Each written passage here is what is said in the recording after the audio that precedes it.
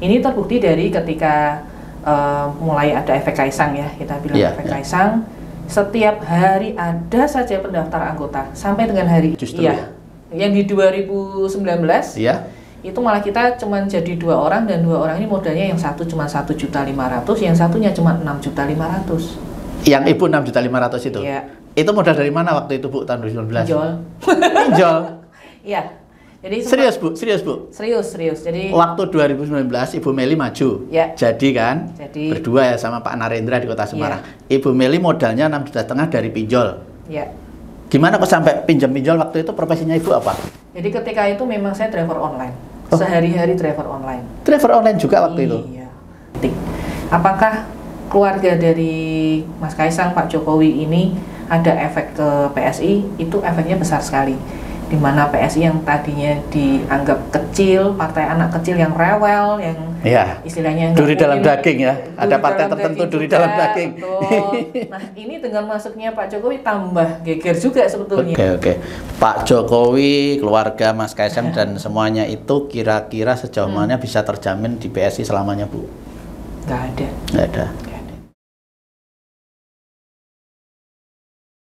Oke, assalamualaikum warahmatullahi wabarakatuh. Selamat siang, salam sejahtera untuk kita semua pemirsa Jateng Post TV. Berjumpa lagi dengan saya Bjan Zaidan dari channel YouTube Jateng Post TV, channel YouTube miliknya Koran Jateng Post di Semarang. Teman-teman, pada siang hari ini kita mendapat tamu sangat istimewa. Selamat siang Ibu Meli. Selamat siang. Sehat Ibu? Harus sehat. Harus sehat ya.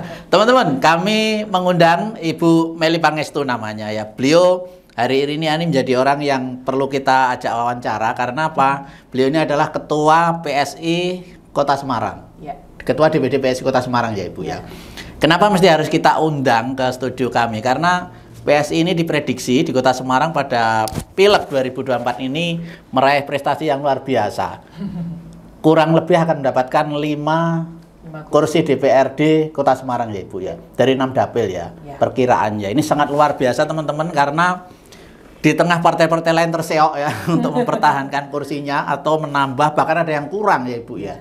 PSI ini tahun ini di Kota Semarang khususnya itu mendapatkan 5 kursi kurang lebih prediksinya ya. Dari dulu pemilu 2019 itu 2 ya. 2. Jadi nambah 3. Ibu Meli, kami ingin bertanya ini. Apa rahasianya PSI pada pileg kali ini secara umum ya itu mendapat sambutan luar biasa dari masyarakat, caleg-calegnya pada banyak yang dipilih Bu, di tengah partai-partai lain yang pada terseok ya untuk mendapatkan suara. Apa Bu rahasianya Bu? Kalau rahasia malah mungkin kita itu nggak ada rahasia. Jadi kita sistem terbuka aja. Cuman kemungkinan kita itu lebih unggul di pembaruan aja. Jadi kita memberikan wajah-wajah baru di dalam perpolitikan Kota Semarang terutama ya. Dan juga cara-cara yang mungkin berbeda dengan partai-partai yang lain. Salah satunya adalah tidak memberikan amplop. Oh iya? Iya. Serius Ibu? Oh serius sekali kalau serius partai caleg PSI ini nggak ada yang pakai amplop ya? Nggak ada serangan fajar? Nggak ada. Kita aja modalnya udah cukup, lebih dari cukup, itu cuman ya seadanya padahal gitu kan. Tapi kalau kita untuk membagikan itu kita memang tidak. Tidak karena tidak punya, tidak ada modal. Tidak karena memang tidak dianjurkan. Oh, oleh partai? Iya. Udah berkomitmen tuh? Yes. Jadi mungkin masyarakat memilih caleg PSI diantaranya karena justru nggak ngasih amplop? Bisa jadi. Karena kebanyakan yang memberikan amplop itu juga memberikan janji. Sedangkan kami tidak memberikan janji, tapi kami memberikan apa adanya. Bahwa ketika nanti kami terpilih, kami akan benar-benar bekerja untuk masyarakat. Dan itu sudah terbukti dari 2 dewan yang sebelumnya yang saat ini memang sudah ada. Jadi justru karena tidak pakai amplop itulah mungkin yang justru dipilih. Orang jadi tertarik kan? Oh, tertarik. Iya. Di tengah, maaf ya, semua caleg hari ini tidak ada yang tidak transaksional ya. Iya. Kepilih itu hitungannya per orang itu 1 amplop ya. Kalau 100.000, Kota Semarang 5.000 sudah berapa miliar ya? Iya, betul. Oke. Justru apa ya, semacam paradok ya. Yang lain pakai amplop, PSI tidak pakai amplop. Iya. Dan banyak dipilih ya. Ya. Bu, betul itu kira-kira akan dapat 5 kursi di 6 dapil Kota Semarang? Hari ini kita perhitungan di tingkat kota, tetapi berdasar beberapa data dari beberapa teman partai, bahkan dari saksi yang kita punya secara internal pun, itu sudah menggambarkan bahwa kita akan dapat 5 kursi. Dan beberapa partai sudah mengiyakan, beberapa incumbent yang istilahnya harus mundur itu pun sudah mengiyakan. Jadi kita berani fix bahwa Kota Semarang PSI itu dapat 5 kursi. Nambah 3 kursi dari 2 pada pemilu 2019 ya. Padahal PSI ini orang bilang partai kemarin sore ya Bu ya. Iya. Baru 2 kali ini ikut pemilu ya. Iya betul. Luar biasa Bu. Kalau boleh tahu Bu, ini memang apa ya, membuat penasaran lah PSI ini ya. Partai pendatang baru, kemudian baru 2 kali pemilu. Pertama aja dapat 2 di Kota Semarang, sekarang dapat 3. Itu apa sih yang menyebabkan orang jadi suka itu loh Bu? Kalau caleg ini kan person ya. Jadi caleg ini disukai atau dipilih pemilih itu karena person calegnya kan, bukan sosok. Katakanlah, maaf kalau Jokowi efek mungkin ada ya, Kaisang apalagi ya. Tapi kalau caleg kan sosok seorang caleg itu Bu. Kenapa orang bisa suka dengan calegnya PSI itu? Ya, kita nggak pungkiri juga ketika APK itu bertebaran kemana-mana, foto itu menarik sekali. Foto caleg? Foto caleg. Sedangkan di tempat kita itu, caleg-caleg kita itu usianya memang usia muda. Jadi mungkin apa yang kita suguhkan dalam bentuk gambar visual itu menarik masyarakat untuk melihat.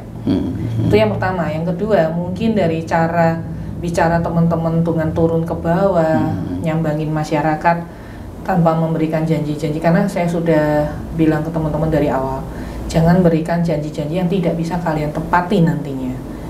Itu yang kemungkinan dibawa teman-teman ke bawah. Jadi sering-seringlah turun ke bawah, sore jogging bersama, mau senam bersama. Kenalilah warga supaya warga kenal siapa wakilnya yang akan di DPRD besok. Jadi kalau kita bermodal besar, kita enggak. Karena ya modelnya itu doang.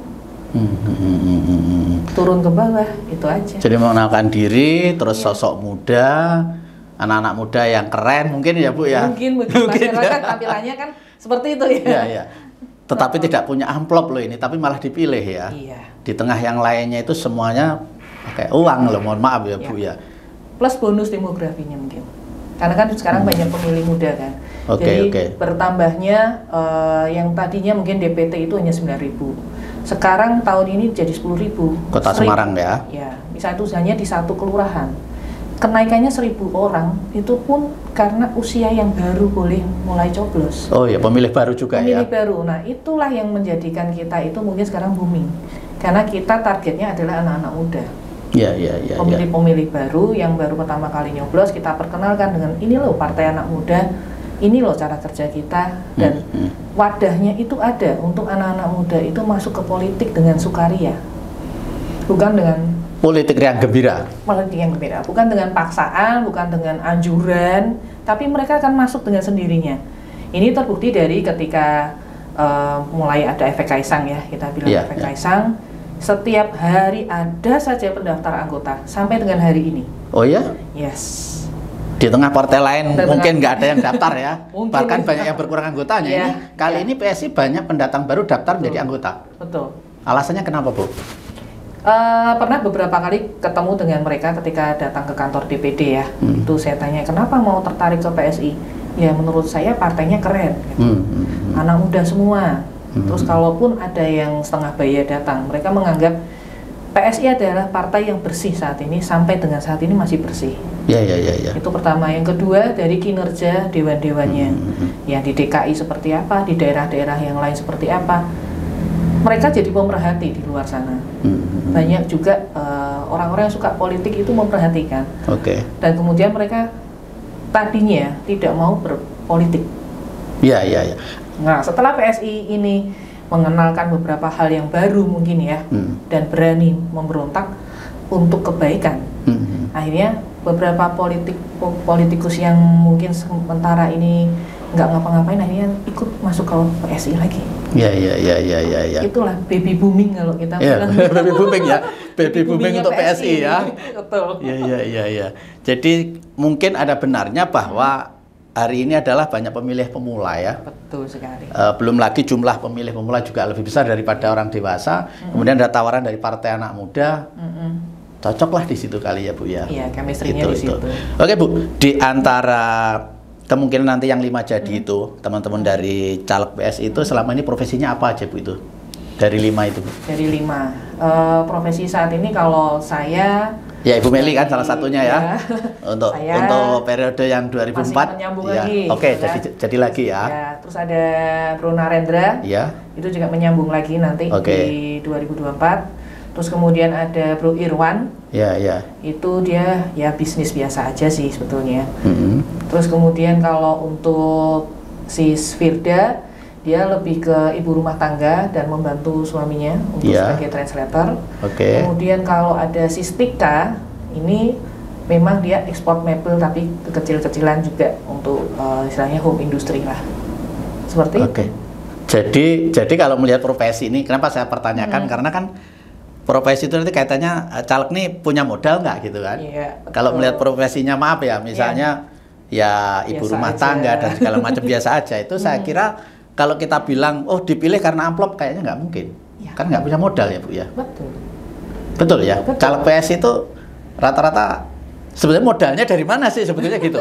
Modalnya dari mana? Penasaran ya? Ya. Jadi kalau kita ngomong modal, kalau mereka mau jual rumah mungkin modalnya banyak kali ya? Iya. Tapi kita ngomong ke teman-teman dari awal bahwa tolong jangan mengadakan yang tidak ada. Jadi pakailah apa yang ada. Nggak perlu gadai rumah, gadai mobil, gadai istri, gadai suami gitu kan. Jadi seadanya aja, semampunya. Nanti ketika kamu dapat pun kamu akan berbangga dengan apa yang ada. Ketika tidak jadi pun kamu tidak akan kehilangan apa-apa yang terlalu besar gitu kan. Jadi dari inilah teman-teman itu berangkat untuk tidak menabur uang, menggunakan tenaga pikiran seadanya juga. Istilahnya ya inilah modalnya kita. Apa adanya ya. Apa adanya. Karena memang ya maaf bukan mengecilkan, tapi kalau presinya biasa-biasa saya kira kalau toh ada itu modalnya enggak gede-gede amat ya Bu ya. Enggak seperti caleg-caleg lain sampai 5 miliar, 10 miliar bahkan 100 miliar untuk DPR RI ya habis ya. Tidak ada sama sekali. Bu, kira-kira teman-teman kemarin modalnya berapa kalau bisa dilihat tuh per anak itu modal uangnya? Perkiraan aja ya. Kita mulai dari angka ada yang cuma sekedar seadanya itu di angka 3 jutaan mungkin. Hah? 3 juta? 3 juta sampai dengan paling tinggi kemarin saya pertanyakan ke teman-teman itu 120 atau 150 juta. Itu udah paling tinggi. Itu sudah paling tinggi ya? Sudah paling tinggi. Itu sebetulnya ya bisa dikatakan tuh modal riwa-riwi doang Bu. Ya. Kalau untuk serangan fajar nggak nyampe itu nggak bisa itu ya. Bisa. Oh sekecil-kecil itu modalnya ya justru ya. Yang di 2019 itu malah kita cuma jadi 2 orang dan 2 orang ini modalnya yang satu cuma 1.500.000, yang satunya cuma 6.500.000. Yang Ibu 6.500.000 itu. Iya. Itu modal dari mana waktu itu Bu tahun 2019? Pinjol. Iya. Jadi serius Bu. Serius. Jadi waktu 2019 Ibu Meli maju. Ya. Jadi kan? Jadi berdua ya sama Pak Narendra di Kota Semarang. Ya. Ibu Meli modalnya 6,5 juta dari pinjol. Ya. Gimana kok sampai pinjam-pinjol waktu itu, profesinya Ibu apa? Jadi ketika itu memang saya driver online. Sehari-hari driver online. Driver online juga waktu itu. Iya. Nah, untuk pos keuangan kan kita memang sudah ada sendiri-sendiri kan. Iya. Dan ini kan sesuatu hal yang baru. Tapi kita juga nggak mau gambling di situ. Akhirnya ya karena memang untuk kebutuhan APK dan lain-lain, mau nggak mau pinjol adalah salah satu jalan yang harus saya ambil. Waktu itu ya? Waktu itu, iya. Jadi modal pinjol teman-teman Bu Meli Pangestu nih yang sekarang jadi lagi di DPRD Kota Semarang ya Bu ya? Iya. Menjadi ketua DPD PSI Kota Semarang. Dulu awal mulanya bermodalkan pinjol ya teman-teman. Jadi bukan hal yang mustahil ya. Betul sekali. Ya, tapi memang unik Bu ini, PSI ini unik nih ya. Tidak bermodal besar, anak-anak muda, tapi malah saat ini dipilih, kehadirannya diterima oleh masyarakat ya Bu ya. Luar biasa. Bahkan maaf Bu, kalau yang di Solo saat ini yang saya baca ya, itu kan juga sekitar diprediksi 5 anak lolos itu, anak-anak muda itu satu tuh profesinya ya ojek online juga, Maxim. Ada anak Maxim, kemudian satunya itu sales obat. Kemudian anak apa ya, kayak pekerja kafe itu pemilik kafe gitu ya. Terus ada pengacara juga, ada apa gitulah. Artinya profesi-profesi yang biasalah di masyarakat ya. Betul. Jadi dari tahun 2019 itu kita pun sudah memang aneka profesi yang jadi. Jadi kita 72 dewan yang di 2019. Itu yang di Medan juga ojol juga. Yang Solo itu satpam rumah sakit.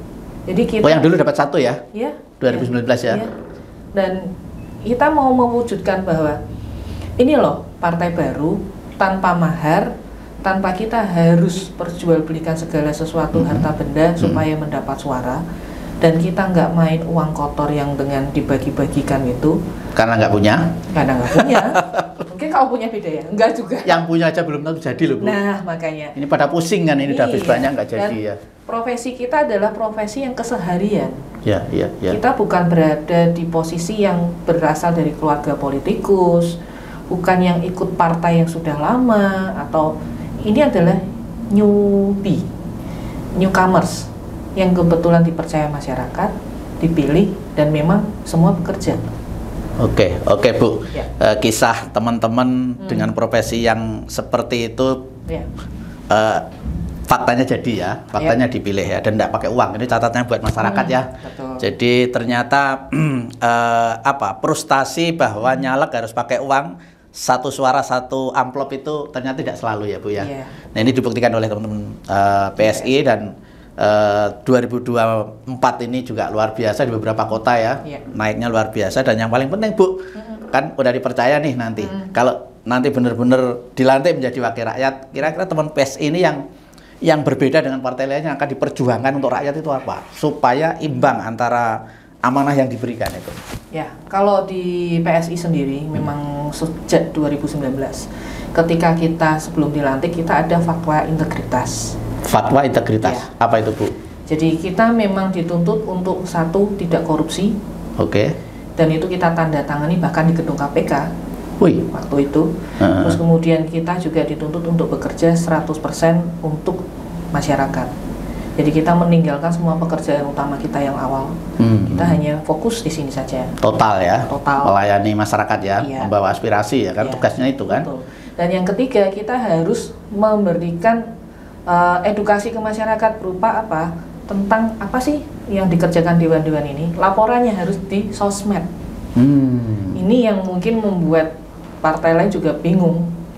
Ini PSI apa-apa di-share, di-share. Iya. Ramai sendiri di sosmed, semua kan masuk ke sosmed tuh kita. Yang Kan- seharusnya ada beberapa hal yang harus ditutupi ya. Iya, kadang-kadang kan.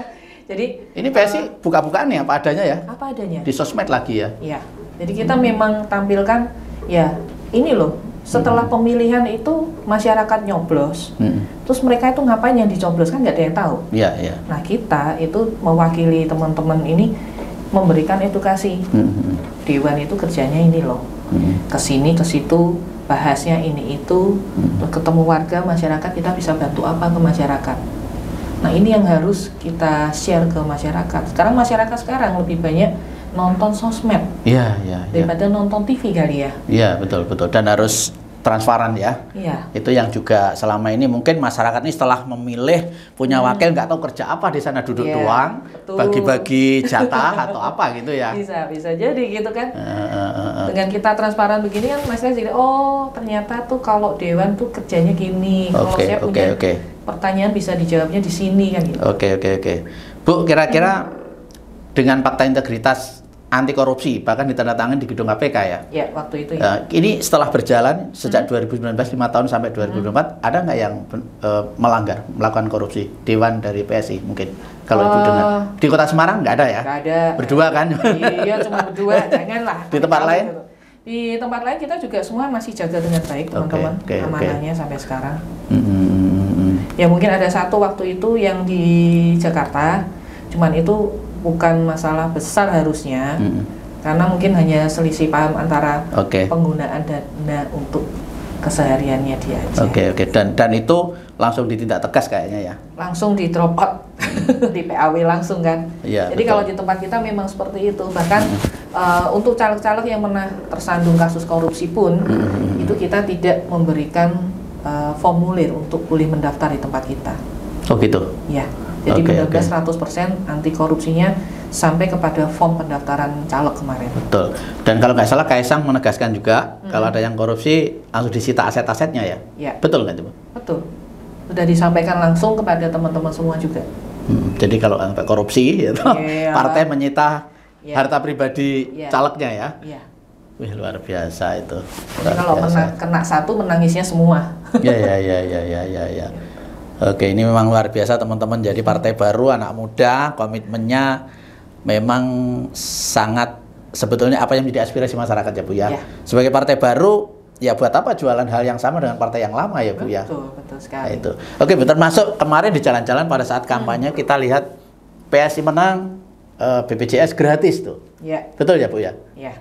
Itu konsepnya gimana Bu itu BPJS gratis tuh? Jadi itu udah banyak dibahas betulnya dari di YouTube maupun di podcastan teman-teman pusat juga ya. Iya. Garis besarnya aja bahwa sebetulnya untuk dana APBN apakah bisa diberikan untuk BPJS gratis? BPJS gratis ini jelas pasti bisa karena pasti ada perhitungannya. Dan kalau kita lihat di masyarakat ini juga nggak semuanya mau kok pakai BPJS gratis. Bagi mereka yang mampu, mereka mau tetap bayar sendiri karena pastinya fasilitas yang diperoleh dari BPJS dengan mungkin asuransi swasta yang lain itu berbeda. Nah, kita memberikan apa yang memang jadi kebutuhan masyarakat. Apakah itu bisa sekali? Perhitungan APBN ada ya. Ada. Daripada anggaran yang nggak kepake itu, yang dikorup-korup kita kumpulin aja, udah bisa jadi itu.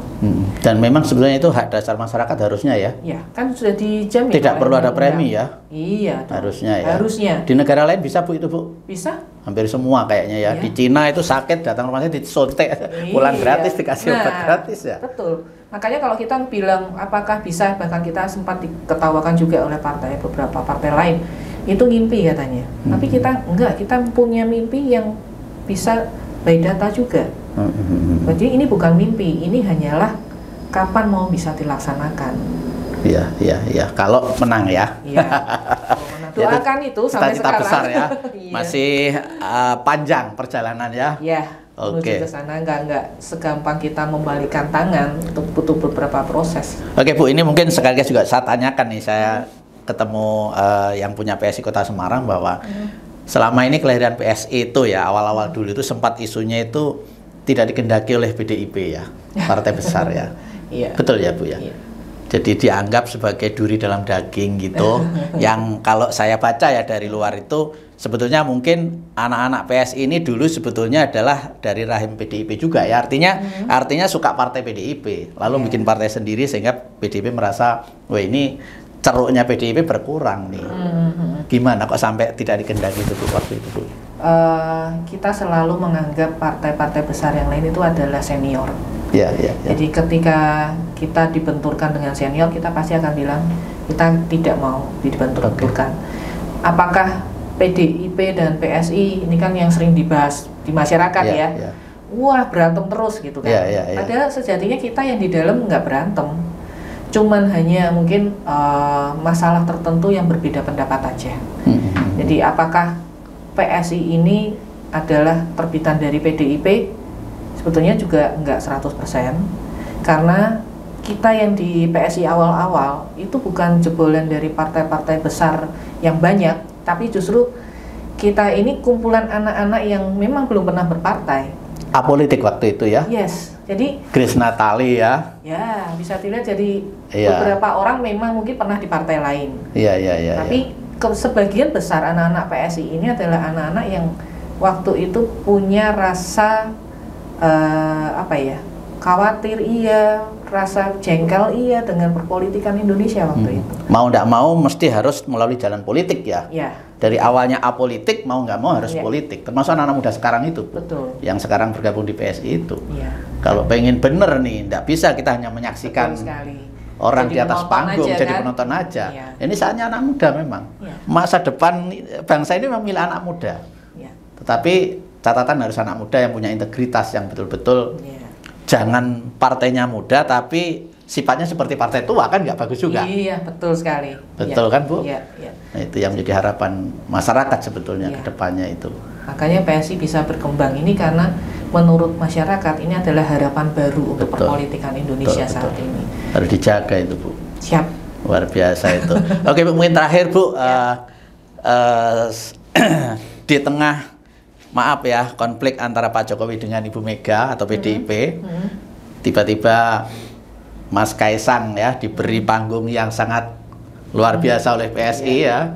2 hari kalau nggak salah langsung menjadi ketua umum ya. kemudian Mas Kaisang ini ya pasti Pak Jokowi lah ya, semua orang melihat begitu. Ya. Sejauh mana dampak atau Jokowi efek dan keluarga buat PSI Bu sampai hari ini Bu, terutama dalam pileg dan perhelatan saat ini Bu? Ya, jadi mungkin mundur sedikit ke belakang. Yeah. Di PSI itu kita tidak ada ketokohan politik. Jadi memang bahkan di ADART kita pun ada. Jadi untuk menjadi ketua itu hanya boleh sekian lama, seperti itu. Jadi tidak ada kata ketua umum abadi gitu. Bahkan di tempat kita bisa dilihat dari Grace-Nat ke Giring. Yeah. Itu kan juga cepat sekali ya. Cepat sekali. Ketika dari Giring pergi ke Mas Kaisang, itu pun sebetulnya mungkin kita udah punya dong pembicaraan politik. Yeah. Cuman kepastiannya waktu itu diberikan, kemudian 2 hari kemudian diumumkan. Dan saya kira itu adalah perjalanan politik, itu adalah hubungan politik. Apakah keluarga dari Mas Kaisang, Pak Jokowi ini ada efek ke PSI? Itu efeknya besar sekali. Di mana PSI yang tadinya dianggap kecil, partai anak kecil yang rewel, yang istilahnya duri dalam daging ya. Ada partai tertentu duri dalam daging. Nah, ini dengan masuknya Pak Jokowi tambah geger juga sebetulnya. Betul. Tapi ya kita memang sejalan dengan apa yang diinginkan Pak Jokowi. Jadi kita beranggapan bahwa sudah waktunya PSI ini harus jadi besar. Sudah waktunya PSI harus unjuk gigi lebih tinggi lagi, karena ya sudahlah, perpolitikan yang dengan metode lama itu sudah nggak bisa dikembangkan. Ini sudah muncul generasi-generasi baru dan kita harus ngikutin kan. Kalau kita hanya berdasarkan yang lama-lama terus, kapan negara ini bisa maju? Betul. Kapan generasi muda ini bisa dapat panggung juga? Betul. Kalau diisi oleh orang-orang lama terus. Betul. Nah, inilah PSI muncul dengan semboyan baru, dengan wajah baru, dengan visi misi yang jelas, yang ingin menarik anak-anak muda. Ayo, supaya semua jangan jadi penonton aja nih. Penonton mah enak teriak di luar, tapi yang di dalam ini yang giring bola yang susah kan. Ayo giring kita bola rame-rame di dalam. Jadi magnet untuk masyarakat, terutama anak-anak muda ini, melirik ke PSI dan masuk ke PSI. Oke. Pak Jokowi, keluarga Mas Kaisang dan semuanya itu kira-kira sejauh mana bisa terjamin di PSI selamanya Bu? Nggak ada. Tidak ada jaminan. Tidak ada jaminan ya. Tidak ada. Karena sifat PSI sendiri tidak ada istilah ketokohan itu selamanya. Betul. Juga enggak ya. Bisa aja besok tiba-tiba mungkin saya jadi ketua umum. Bisa jadi. Ya. Itulah PSI. Itulah PSI ya. Iya. Itulah PSI, sehingga benar-benar berbeda ya. Iya. Benar berbeda, tidak bisa dipandang seperti karakter partai yang ada kan gitu. Dan semua punya kesempatan yang sama kalau di PSI. Oke. Iya. Ibu kalau boleh berharap Pak Jokowi pasca presiden lebih baik gabung PSI atau partai lain Bu? PSI dong. PSI ya. Saat ini kan masih PDIP ya. Iya. Kabar-kabarnya juga sedang di ini sama Golkar juga ya. Ya, kabar itu kan banyak. Ada yang dari Golkar juga mulai mendekat. Kalau ada lagi kabar dari Gerindra juga sudah mendekat. Ya, keputusan tetap kita berikan kepada Bapak. Oke. Mau bagaimana baiknya. Yang penting Indonesia ini bisa maju. Jangan mundur ke belakang lagi. Itu aja. Oke. Jadi seandainya di situ Pak Jokowi dan Pak Kaisang mungkin bisa lebih luar biasa lagi ke depannya ya. Tetapi semua kembali ke beliau ya. Tapi Kaisang masih sudah di situ ya. Oke, itu. Oke, Ibu, terakhir ada saran, masukan, nasihat buat masyarakat semuanya, Bu? Ya, mungkin buat masyarakat Kota Semarang, warga Kota Semarang, sebelumnya saya mengucapkan terima kasih atas kepercayaannya kepada PSI di Kota Semarang sehingga kita bisa menghasilkan 5 kursi. Dan semoga dewan yang terpilih ini tetap bisa amanah sampai akhir nanti masa jabatan. Dan untuk masyarakat juga saya rasa sudah pinter ya, sudah teredukasi dengan baik bahwa menerima money politik itu tidak akan menjamin kinerja dari sang dewan itu sendiri. Tetapi biarkan kami yang tidak memberikan money politik, yang menjalankan money politik ini benar-benar bekerja untuk warga masyarakat Kota Semarang. Itu aja mungkin. Oke. Terima kasih Bu Meli waktunya ngobrol-ngobrol dengan kita di Tempo TV. Luar biasa bicara kisah sukses PSI ya. di perhelatan Pileg 2024 Ya. di Kota Semarang dari 2 kursi menjadi 5 kursi. Ya. Selamat luar biasa Ibu. Terima kasih, Mudah-mudahan teman-teman bisa menjalankan aspirasi masyarakat dengan baik Amin, amin. dan benar-benar tidak korupsi ya. Ya, campur nanti. Amin. Oke Ibu, terima kasih lagi sekali lagi teman-teman. Demikian mudah-mudahan apa yang kita bicarakan membawa inspirasi buat kita semua, menjadi wacana yang positif buat kita semua. Saya Bijan Saidan, undur diri. Assalamualaikum warahmatullahi wabarakatuh.